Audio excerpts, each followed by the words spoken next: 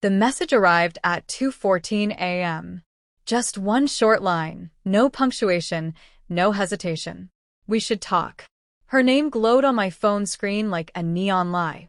I stared at it for a moment too long, my thumb hovering over the glass, my heart utterly still. The kind of stillness that only comes before a storm or after a death. I didn't reply. Not immediately. Not out of anger, but out of calculation. Silence can be a weapon, and the guilty often fill it with their own confessions. Lying back in the darkness, I gripped the phone tightly and listened to the slow, endless rotation of the ceiling fan.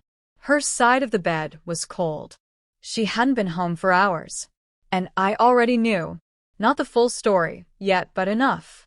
Enough to understand what we should talk really meant.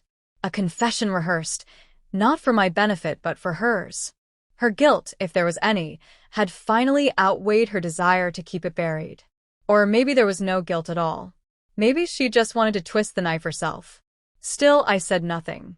I let her stew in the silence she had created. When I finally got up, I didn't pack clothes or toiletries.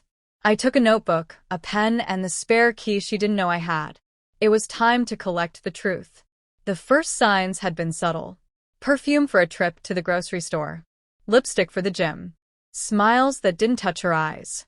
Apologies for things I hadn't even noticed. A casual touch on my shoulder that felt staged. It wasn't rage that gripped me then, it was stillness. A hollow calm that seemed to swallow every sound. Every laugh, every kiss, every late return home.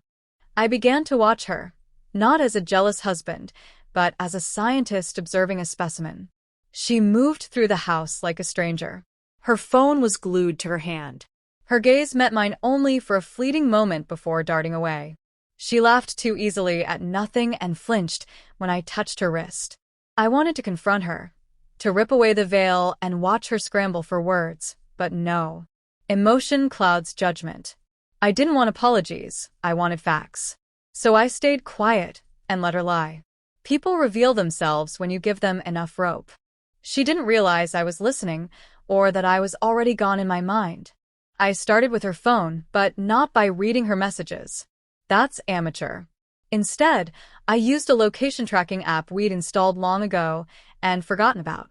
I followed her movements from a distance. Work, then somewhere else.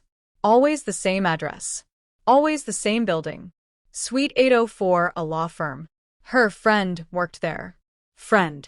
I found his name, his car, and watched him escort her to hers with a hand far too familiar on her lower back. No kiss, not there, not yet, but his eyes lingered. I began recording everything. Every call, every visit, every strange charge on our joint account.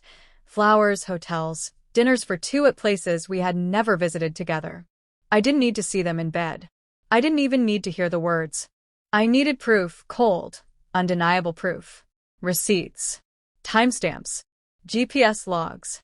And then, her voice, caught by accident in a voicemail meant for him. She called him darling. She'd never used that word with me. That was enough.